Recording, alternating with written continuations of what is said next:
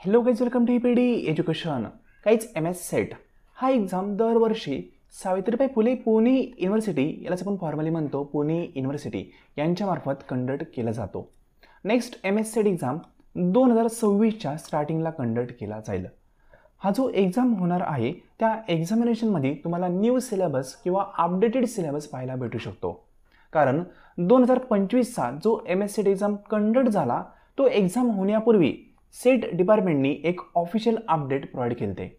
त्यामध्ये त्यांनी असं सांगितलं होतं की 2025चा एक्झाम आम्ही ऑनलाईन पद्धतीने घेणार आहोत आणि त्यामध्ये कदाचित न्यू सिलेबस पाहायला भेटू शकतो.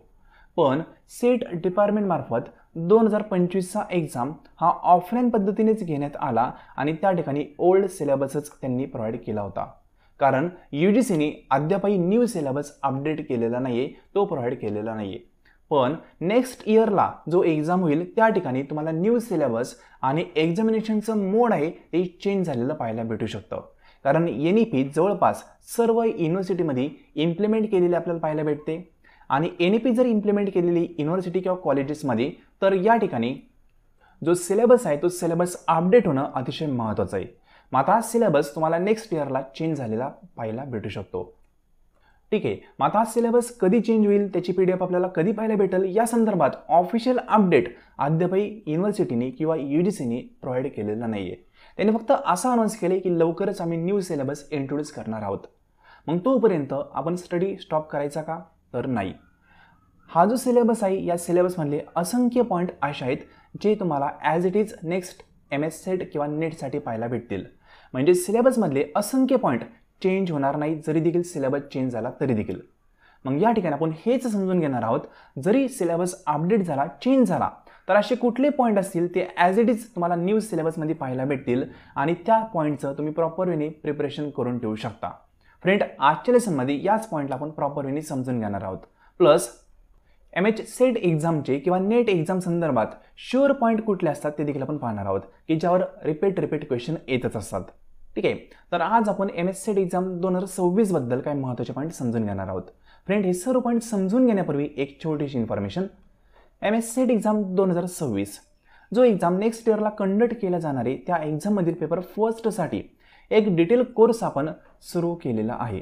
त्या कोर्सची फर्स्ट बॅच आपली लॉन्च केली होती, ती बॅच जवळपास पूर्णपणे भरलेली आहे. आज आपण नवीन बॅच संदर्भात एक इंट्रोडक्शन तुम्हाला देणार आहोत. जी आपली नवीन बॅच आहे ती बॅच कधीपासून सुरू होईल या संदर्भात देखील इन्फॉर्मेशन आजच्या लेसनमध्ये देणार आहोत. पण त्याआधी या बॅचबद्दल शॉर्ट वेमध्ये इन्फॉर्मेशन पाहूया. तर फ्रेंड, हे पहा, हा मागील बॅचचा आपला रिझल्ट आहे सेट एक्झामचा. ठीक आहे, खूप सारे विद्यार्थी आपले क्वालिफाय झाले आणि विद्यार्थ्यांना 80+ मार्क देखील होते. ठीक आहे, अनेकांचे रिझल्ट आपण ॲड केलेले आहेत. तुम्ही सर्व रिझल्ट आपल्या टेलिग्राम चॅनलला जाऊन पाहू शकता. सर्वांचे फीडबॅक 2025च्या MS-सेट एक्झामसाठी देखील पॉझिटिव्ह आहेत, चांगले आहेत, हे तुम्ही या ठिकाणी पाहू शकता. तर फ्रेंड, जो MS-सेट एक्झाम किंवा नेट एक्झामचा कोर्स आहे, आता हा जो कोर्स आहे ना, हा कोर्स तुम्हाला 2026च्या MS-सेट एक्झामसाठी उपयुक्त आहे. जर तुम्ही डिसेंबरमध्ये नेट एक्झाम देणार असाल तर त्यासाठी देखील हा कोर्स उपयुक्त आहे. म्हणजे एका कोर्समध्ये तुमचे 2 एक्झाम कव्हर होतात प्रॉपर वेने, कारण दोघांचाही सिलेबस पूर्णपणे सेम असतो. या कोर्समध्ये तुम्हाला 240हून अधिक व्हिडिओ लेक्चर प्रोव्हाइड केले जातील. त्यामार्फत टोटल 10 युनिट तुमचे कंप्लीट करून दिले जातील. मग यामध्ये मॅथ असेल, लॉजिकल रिझनिंग असेल, सर्व युनिट असे 10चे 10 युनिट कव्हर होतील. पूर्णपणे डीपमध्ये सर्व युनिट कव्हर होतील. युनिट कव्हर करत असताना कंटेंट लक्षात राहावा, त्या अनुषंगाने सिंपल टिप्स असतील त्या शेअर केल्या जातील. या कोर्समध्ये तुम्हाला रिव्हिजन लेक्चर देखील प्रोव्हाइड केले जातील एक्झाम पूर्वी. या कोर्समध्ये ज्या नोट्स असतील त्या इंग्लिश आणि मराठी दोन्ही लँग्वेजमध्ये अपडेट केल्या जातील लेक्चर खाली. यामध्ये सेट एक्झामचे सर्व प्रिव्हियस इयरचे question paper with detail solution तुम्हाला प्रोव्हाइड केले जातील, जे अपडेटेड सिलेबसनुसार आहेत तेच. त्या आधीचे खूप ओल्ड क्वेश्चन पेपर सोडवण्याची गरज नाही आहे, कारण त्यामध्ये सिलेबसच वेगळा होता. ठीक आहे, त्यानंतर या कोर्समध्ये स्पेशल लेक्चर एक्झामसाठी काही प्रोव्हाइड केले जातील, जेणेकरून तुम्हाला एक्झामिनेशनमध्ये पॉझिटिव्ह वेने काही सिंपल ट्रिक्स आणि टिप्स वापरून स्कोअर करता येऊ शकतो. त्या अनुषंगाने हे लेक्चर असतील. सेट एक्झामचा जो सिलेबस आहे तो या कोर्समध्ये पूर्णपणे कव्हरच होणार आहे. पण तो सिलेबस कव्हर झाल्यानंतर तुमचा नेट एक्झाम देखील तुम्हाला या ठिकाणी क्रॅक करता येऊ शकतो. आणि इन केस कुठल्याही युनिव्हर्सिटीने जर पेट एंट्रन्स कंडक्ट केली तर त्याचाही सिलेबस याच कोर्समध्ये कव्हर होऊन जाईल. तुम्हाला अदर कुठलाही कोर्स जॉईन करण्याची गरज नाही आहे. या कोर्समध्ये सेट एक्झाम ओरिएंटेड सिंपल काही डेमो किंवा प्रॅक्टिस क्वेश्चन पेपर तुम्हाला प्रोव्हाइड केले जातील.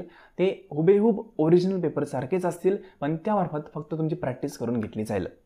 हा जो कोर्स आहे यामध्ये सिंपल कंटेंट आपण ॲड केला आहे. तुम्हाला कुठेही पुस्तकाची भाषा या ठिकाणी वाचायला भेटणार नाही आहे. फिल्टर केलेला कंटेंट आहे. एकदम सिंपल लँग्वेजमध्ये कंटेंट ॲड केलेला आहे. या कोर्सचा वापर करून जर तुम्ही क्वालिफाय झाले तर तुम्हाला इंटरव्ह्यू संदर्भात प्रिपरेशन गायडन्स प्रोव्हाइड केले जाईल ॲज पर रिक्वायरमेंट. या कोर्समध्ये डेली बेसिसवर रेकॉर्डेड लेक्चर शेअर केले जातील. हे लेक्चर तुम्हाला वेळ भेटेल त्यावेळेस तुम्ही पाहू शकता आणि कुठलेही लेक्चर किती वेळा पाहू शकता, जोपर्यंत कोर्स व्हॅलिड आहे तोपर्यंत. या कोर्सचा ॲक्सेस तुम्हाला आपल्या अँड्रॉइड ॲप्लिकेशनमार्फत प्रोव्हाइड केला जातो. या कोर्सचं ड्युरेशन किंवा access till the set exam आहे, म्हणजे नेक्स्ट MS सेट एक्झाम जोपर्यंत होत नाही तोपर्यंत याचा ॲक्सेस तुम्हाला प्रोव्हाइड केला जाईल. या कोर्समध्ये तुम्हाला मॉक टेस्ट आणि क्विज ह्या देखील एक्स्ट्रा गोष्टी प्रोव्हाइड केल्या जाणार आहे. मी एक्स्ट्रा मुद्दामून शब्द वापरला आहे कारण या ठिकाणी आपण डेमो किंवा प्रॅक्टिस क्वेश्चन पेपर प्रोव्हाइड करतो. यामार्फतच तुमची खूप सारी प्रॅक्टिस कव्हर होते.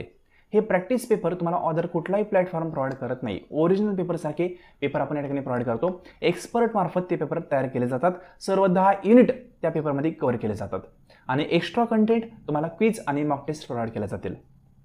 या कोर्सची फी 2500 आहे, नॉट रिफंडेबल फी आहे. In case 2500 at one time payment करणे पॉसिबल नसेल तर या ठिकाणी तुम्ही सर्वात स्टार्टिंगला कोर्स जॉईन करताना 1500 पेड करू शकता. त्यानंतर नेक्स्ट मंथमध्ये 1050 अशा प्रकारे देखील पेमेंट करू शकता. या ठिकाणी इन्स्टॉलमेंटमध्ये पैसे पेड करणाऱ्यांना 50 रुपये चार्जेस आहेत. परिस्थिती चांगली असेल तर ॲट वन टाईम पेमेंट करून तुम्ही कोर्स जॉईन करू शकता. वन टाईम पेमेंट केले तर 2500 ही फी आहे. कोर्स संदर्भात काही क्वेरी असेल किंवा कोर्स जॉईन करायचं असेल तर या नंबरला मेसेज करू शकता. हा आपला व्हॉट्सअप नंबर आहे.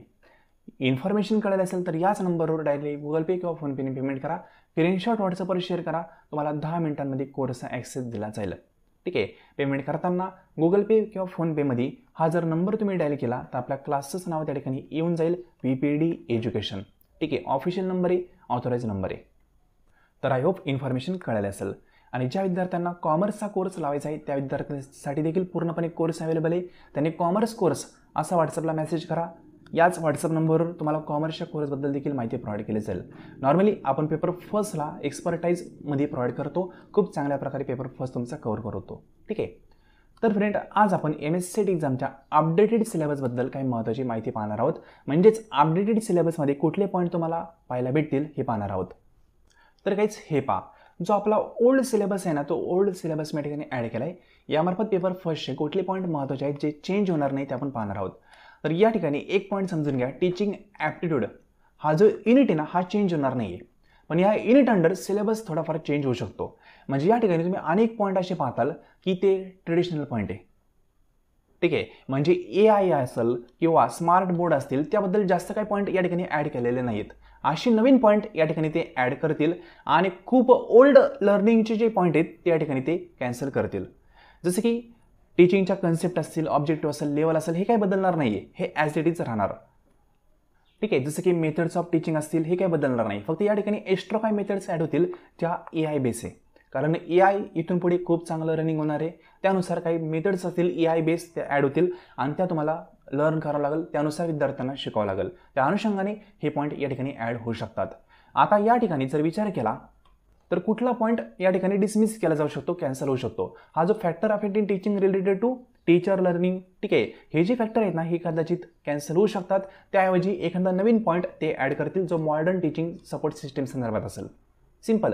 म्हणजे खूप जास्त काही चेंज होणार नाही. टीचिंगचा जो सिलेबस आहे तो 80% तसाच राहू शकतो, 20% चेंज होऊ शकतो.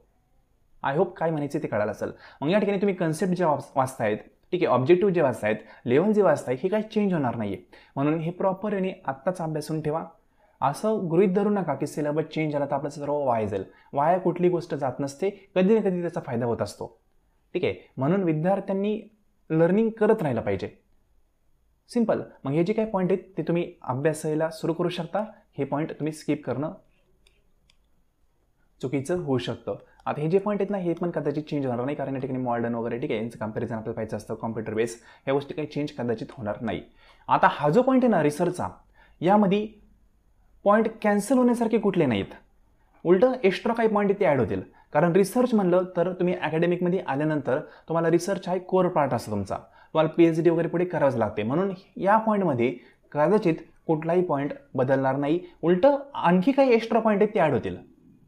बरोबर. मग या ठिकाणी मेथड्स असतील, महत्त्वाचा पॉईंट आहे. मिनिंग महत्त्वाचं आहे, स्टेप महत्त्वाचे आहेत. ठीक आहे. थेसिस आर्टिकल रायटिंग महत्त्वाचं आहे. नंतर application of ICT in research खूप महत्त्वाचं आहे.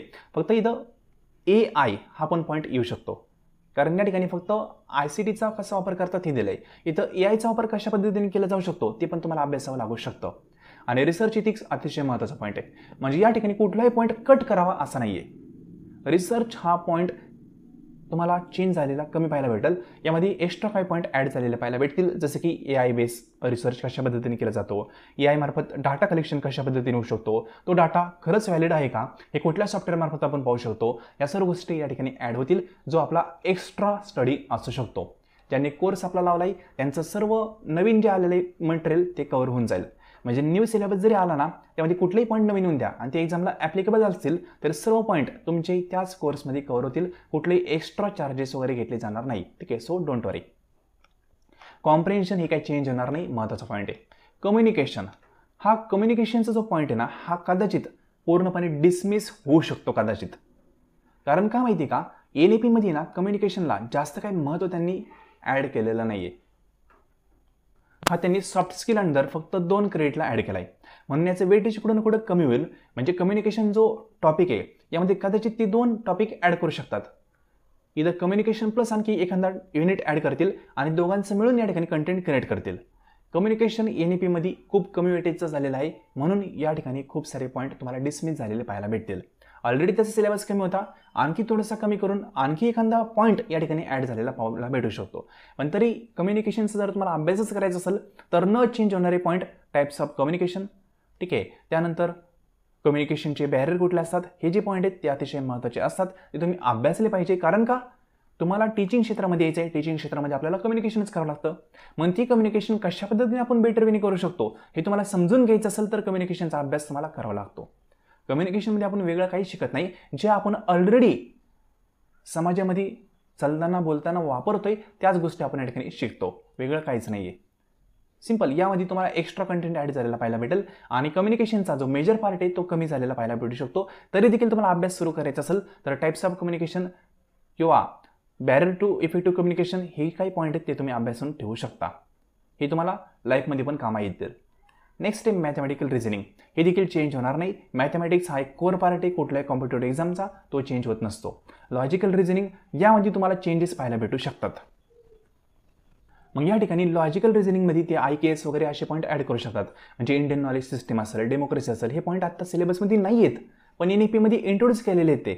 ठीक आहे. मग ते कदाचित या ठिकाणी आणखी एक्स्ट्रा ॲड झालेले पाहायला भेटतील. जसं की 2018 त्यांनी सिलेबस अपडेट केला होता, त्यामध्ये इंडियन लॉजिक हा नवीन पॉईंट इंट्रोड्यूस केला होता. पहिला तुम्ही लॉजिकल रिझनिंगचा सिलेबस पाहिला ना, इथपर्यंत होता.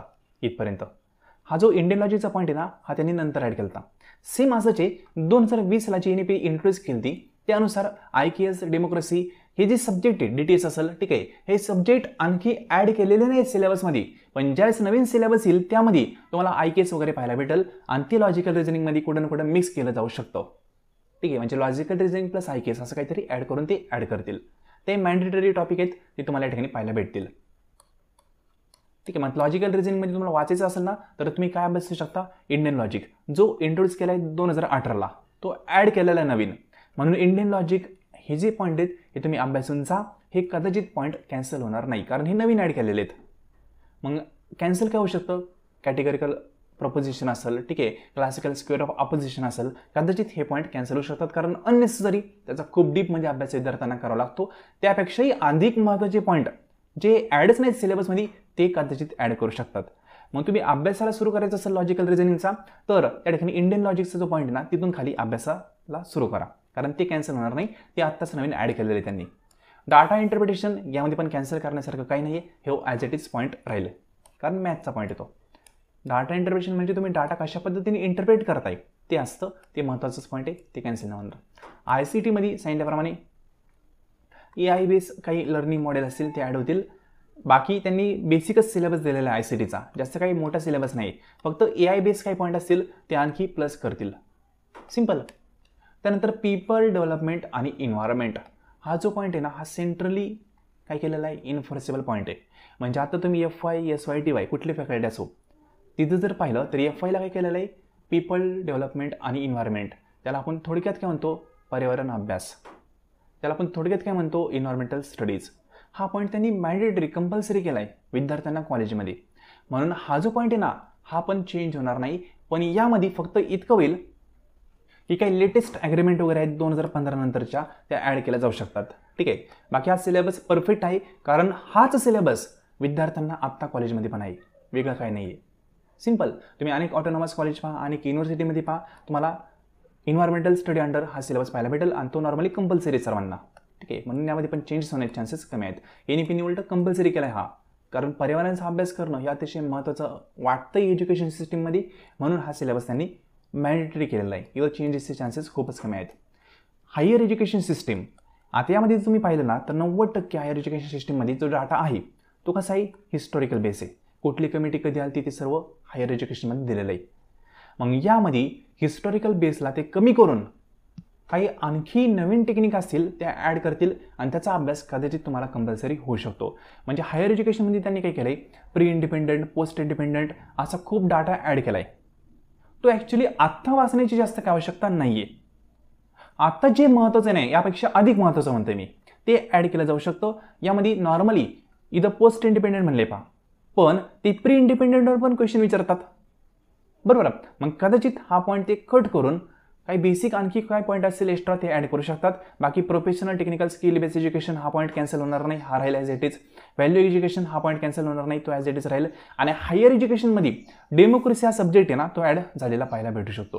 म्हणजे पॉलिसी, गव्हर्नन्स अँड ॲडमिनिस्ट्रेशन, यालाच नॉर्मली डेमोक्रेसी अंडर कन्सिडर करतात. मग हा पॉईंट आणखी तो थोडासा डीपमध्ये नव्याने ॲड केलेला पाहायला भेटू शकतो. ठीक आहे. बाकी प्री इंडिपेंडंट किंवा पोस्ट इंडिपेंडन्स याचं जे वेटेज आहे ते तुम्हाला थोडंसं कमी झालेलं पाहायला भेटेल आणि डेमोक्रेसी वगैरे हे सब्जेक्ट आणखी नव्याने या ठिकाणी ॲड झालेले पाहायला भेटतील. हायर एज्युकेशनमध्ये तुम्हाला खूप जास्त चेंजेस पाहायला भेटतील. म्हणजे जवळपास तुम्हाला 60% सिलेबस पण अपडेट झालेला पाहायला भेटू शकतो हायर एज्युकेशनचा पर्टिक्युलर. ठीक आहे. कारण तुम्ही नेट सेट देऊन कुठे जाणार आहात, हायर एज्युकेशनमध्ये जाणार आहात आणि तो सिलेबस थोडासा अपडेट होणं अपेक्षित आहे अकॉर्डिंग टू NAP. ठीक आहे.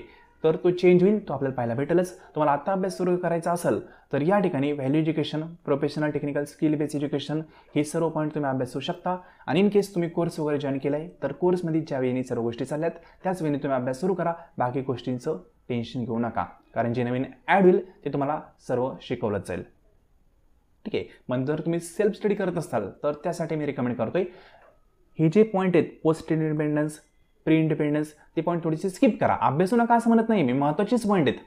पण आत्ता तुम्हाला लगेचच अभ्यास सुरू करायचा असेल तर हे काही बेसिक पॉईंट आहेत ना, प्रोफेशनल संदर्भात, व्हॅल्यू एज्युकेशन संदर्भात किंवा हा जो फर्स्ट पॉईंट आहे, ठीक आहे, ॲन्सेंट एज्युकेशनचा, तो कदाचित चेंज होणार नाही, तो तुम्ही अभ्यासू शकता. म्हणजे गुरुकुल वगैरे हे पॉईंट आहेत ते काही चेंज होत नाही, ते संस्कृतीला जपणारे पॉईंट आहेत ते तसेच राहतात. ठीक आहे.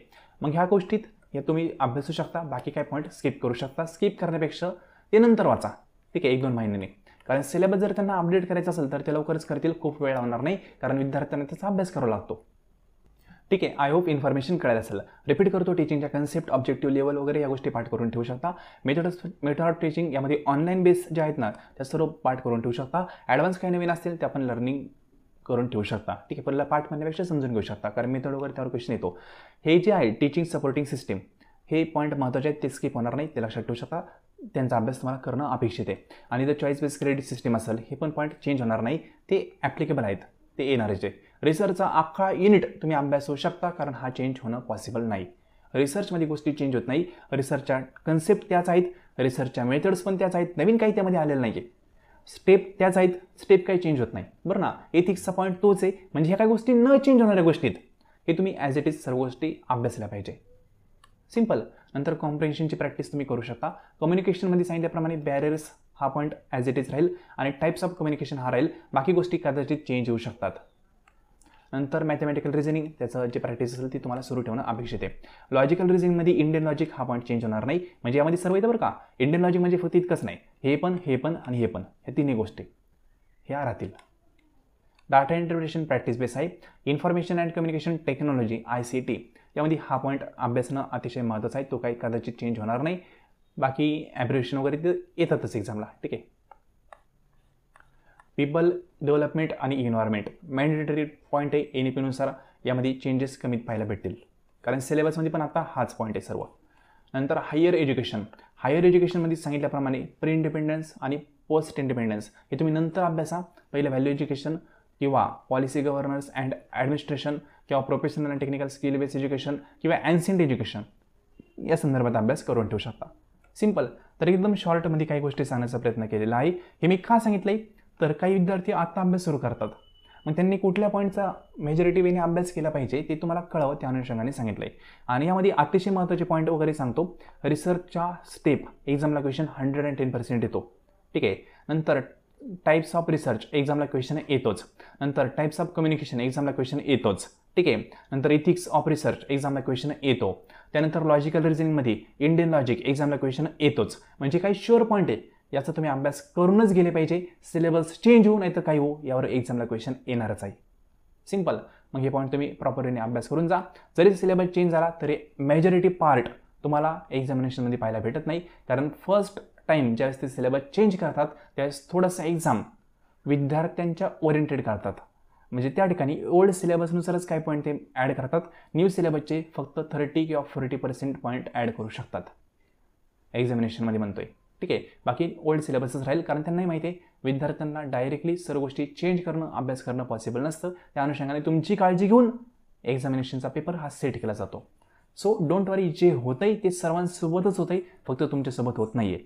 म्हणून कॉम्पिटेटिव्ह एक्झाम आहे, आपण जे आपलं बेस्ट देऊ त्यावर आपला रिझल्ट असणार आहे. बाकीच्यांनी काय केलं किंवा सिलेबस चेंज होतोय यावर नाही, ठीक आहे. जे होईल ते सर्वांसाठीच आहे, हे लक्षात ठेवायचं. फक्त अन्याय जे होतोय किंवा जी ऑपॉर्च्युनिटी तुम्हाला भेटते ती एकट्यालाच भेटत नाही, जे आहे ते कॉमन आहे. सिंपल. तर गाईज, आपण जी नवीन बॅच आहे ती नेक्स्ट संडेपासून सुरू करणार आहोत. त्या बॅचच्या संदर्भात तुम्हाला इन्फॉर्मेशन हवी असेल त्या नंबरला मेसेज करू शकता. त्या बॅचचं वैशिष्ट्य सांगेल की त्यामध्ये तुम्हाला आत्ता या सिलेबसनुसार सर्व गोष्टी शिकवल्या जात आहे, पण in case Naveen syllabus update झाला तर त्यानुसार पण तुम्हाला सर्व पॉईंट शिकवले जाणार आहेत, जर तो सिलेबस एक्झामला ॲप्लिकेबल असेल तर. सिंपल. सो तुम्ही एकदम निश्चिंत राहून पूर्णपणे कोर्सवर डिपेंड राहून पेपर फर्स्टचं योग्य प्रकारे प्रिपरेशन करू शकता. इन्फॉर्मेशनसाठी या नंबरला मेसेज करू शकता. आजचं लेसन तुम्ही संपूर्ण पाहिले त्याबद्दल थँक्यू सो मच.